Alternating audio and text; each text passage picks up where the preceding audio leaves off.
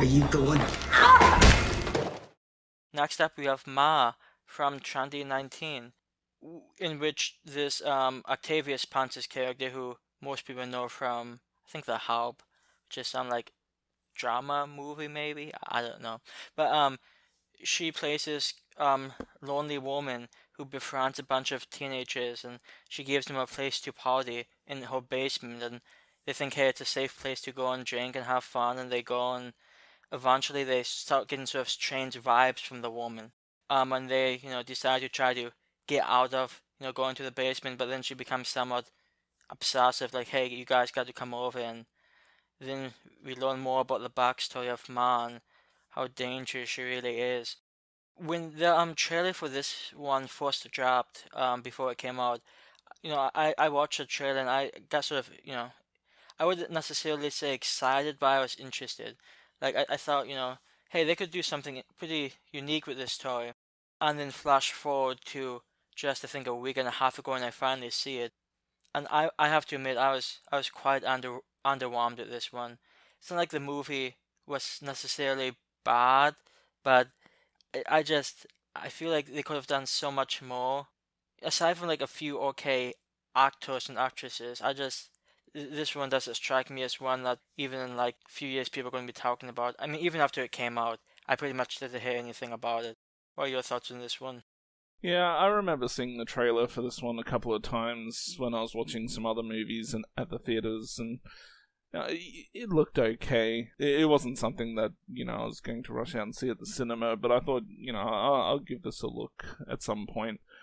And I had the tough decision this week of, okay, because I selected the movie, I wanted to select something that was fairly new. Obviously, we got Midsummer later on to discuss, which is also fairly new. But I thought I'd try and get this one out of the way.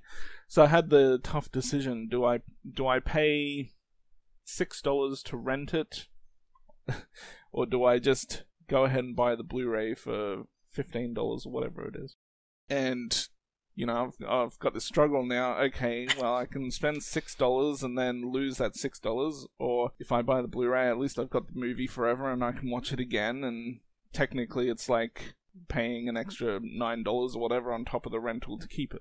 I'm actually kind of glad that I only rented it. I was wondering where this story was going. Like, God, did you actually buy it? I was just building up some suspense.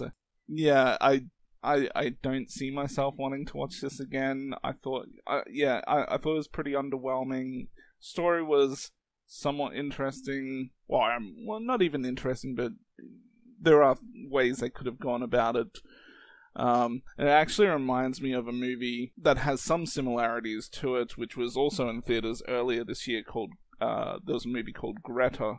Technically, it's from 2018 because it got played at some film festival in 2018, but it actually only got released in 2019 in theaters worldwide. And that's a similar movie about, an older lady who kind of attaches herself to, well, in that instance, it was just one girl, or at least a couple of girls, but this one, it's like a whole group of people. And there's obviously something off about the woman. And I thought Greta was a little bit better than this one. I actually don't mind Octavia Spencer. I've seen her in some other things, and I think she's a decent actress. So it's not really anything to do with her. I thought she did the best, probably is what she was given, to be honest. Yeah. I mean, we just talked about Sorority Row and how I kind of hate the way younger people party these days. It's just so obnoxious, and so some of the teens in this movie, they also annoyed me as well. I don't know, maybe I'm just getting old and grumpy and... Yeah, to be honest, I thought most of these characters were not necessarily great characters, but I thought they were bearable. I didn't hate, too many of them. They're just your typical teens, and I personally actually really liked Maggie, the main character. I thought she was somewhat of an engaging character. I just wish they went a different story with her. Yeah, I just didn't feel like the movie went a lot of places all that quickly, and then, I'm watching all these obnoxious kids partying, and doing all these things. They're just kind of annoying me, and of course things happen later on, but and especially towards the end, a lot of stuff happens. But by that point, I was already kind of done with the movie. I was like, okay, this isn't doing anything for me. So I didn't really particularly like how the movie was written. I thought the ending, even though there was some entertaining parts to the ending, the way it ends also felt a bit stupid to me. I certainly wouldn't have ended it the way they did. Having the sick daughter character didn't really do anything for me either. Yeah, that was such a, in my opinion, sort of strange. She appears. I don't know why she was even allowed to go to school for the first day. Like she's there for a single scene and then she disappears and then she comes. It just felt awkward to me. She's literally there just to establish her presence for later in the movie. Yeah, I didn't care for it, and also the whole extended flashback. We get bits and pieces, of Ma's backstory, and like, I mean, I felt bad for her, but I don't know if I don't know if that's enough to become what she is now.